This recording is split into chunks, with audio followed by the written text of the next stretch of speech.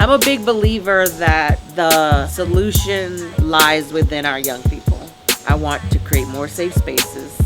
And I'm going to do it whether I have donations, right, or whether it comes out of my pocket.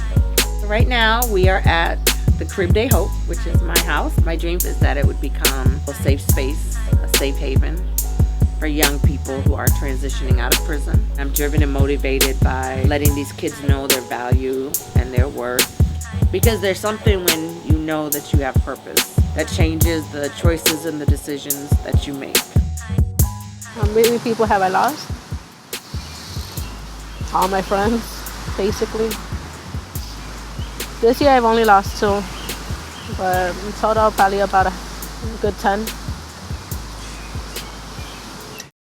This is what we do. We just roll around the neighborhood looking for kids. Somebody getting a hug today. They never know when I'm gonna pop up. Hi! Chris just recently lost his cousin to gang violence in a drive-by. Best person I ever met.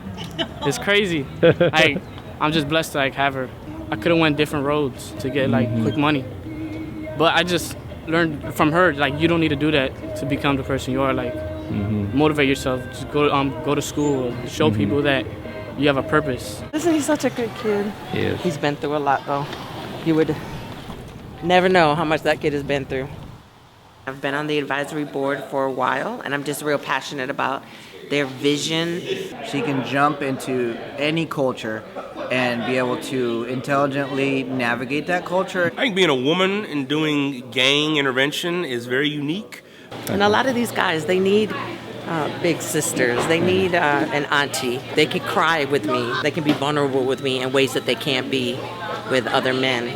So right now we're going to drive the block, see if I can find some of my guys out on the street. Hi! Brian is from Puerto Rico, and so the schools have not been kind to him because of the language barrier. And so he gets incredibly frustrated because they're not helping him to understand the English language. And it's not because he's not brilliant, it's because the school system isn't nurturing him.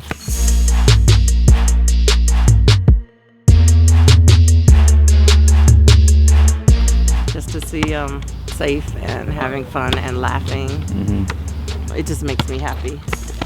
If you knew some of these stories, you would not blame half of these kids for the situations that they have found themselves in. You would not blame them for joining a gang. I do not justify or validate their choices, but I understand. That's where it begins. When I was growing up, we were discriminated against. The gang defended us. I can pick up my phone and call my guys in the neighborhood and ask them, look, man, I'm going through some problems. What's the first thing they say? What do you need? You need some money? You need some groceries? We got you. You need a ride? Or you want us to pick up your kids? Come on now. How do you expect these guys and these girls on the streets to change? We ain't got no other choice but go right back to the neighborhood. Amy was one of the people that came into our lives, and she was there for my daughter. She's not just talking about it, she's being about it.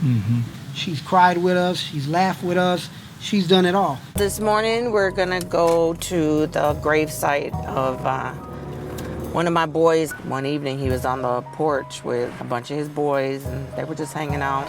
A rival came through and just shot him up. Of course, his gang was really upset. They drove around the block and tried to shoot up the house, but instead they killed a 5-year-old little girl who was sitting on the front doorstep getting her hair braided by her mom. Just never stops. It's back and forth, back and forth, back and forth. I mourn with the kids. We're a community. I don't do it alone. They can't do it alone. So when we lose somebody together. I don't do ministry to these kids. I do it with them.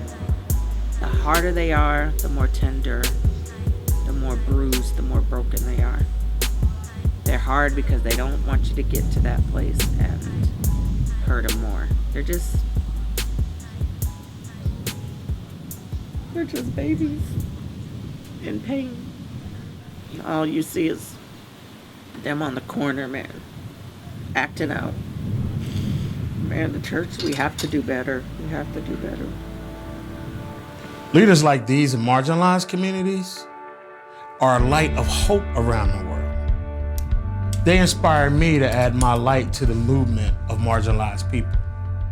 Imagine if we all responded by adding our lights. I invite you to join me at HopeMob, a community intent on resourcing change makers.